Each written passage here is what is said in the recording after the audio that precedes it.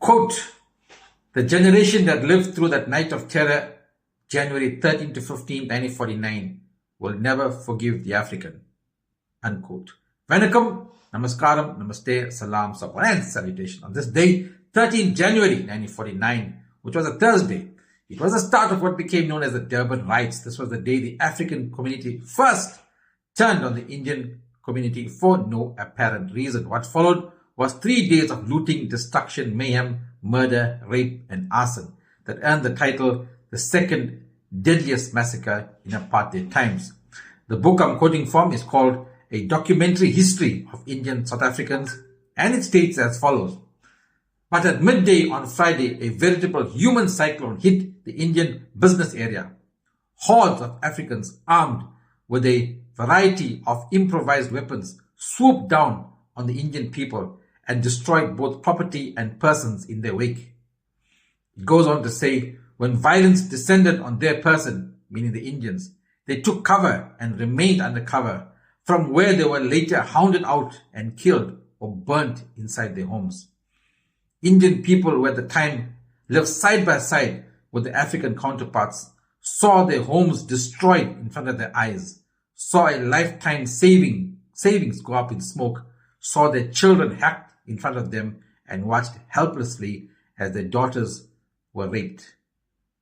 The documentary states, the Ilanga Lhasa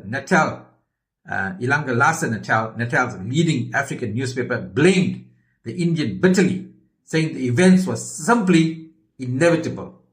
It then advances the following reasons for the attack.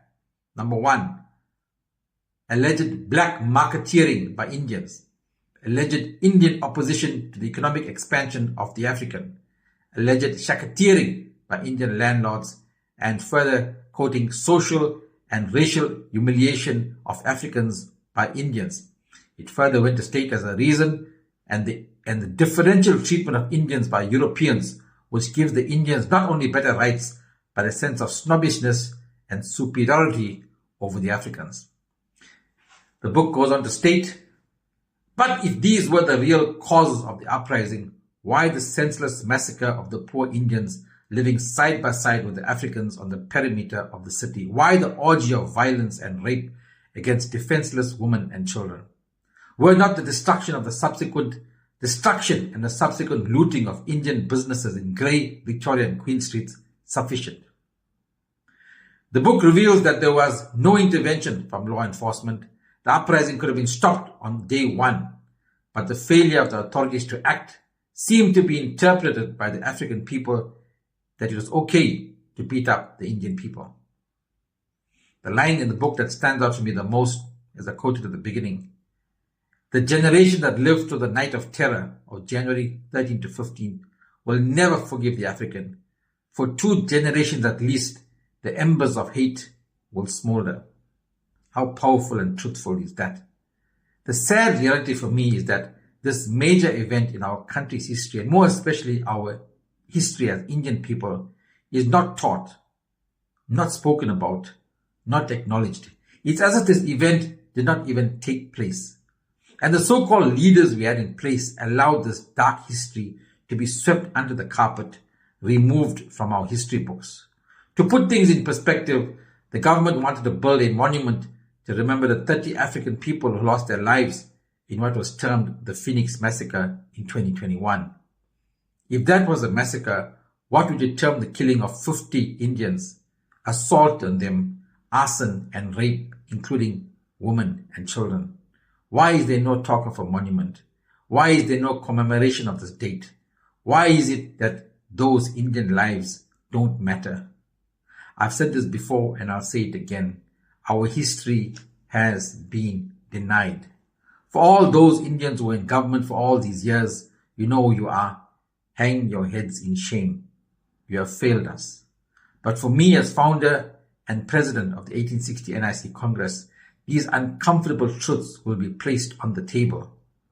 Noting well that similar incidents occurred in 1985 and July 2021. In essence, in the span of 164 years, the Indian community was attacked by the African community on 3 separate occasions. This is a historical fact that cannot be denied, cannot be swept under the carpet. And just like the TRC, we cannot move forward if we do not acknowledge and accept our painful past. Our stories need to be told. Our children need to have this knowledge. Our heroes need to be acknowledged. A very pertinent, important part to be noted and acknowledged is that although attacked for no valid reason on 3 separate occasions, the Indian community has never retaliated or sought revenge, instead quietly going about building this province, building this country, seeking peace, promoting social cohesion. Thanasegaran, Rubanathan Murli, shaking the tree, rattling the cage. Dalawara must, Dalawara cray. There are no flops. Certified champion for the truth.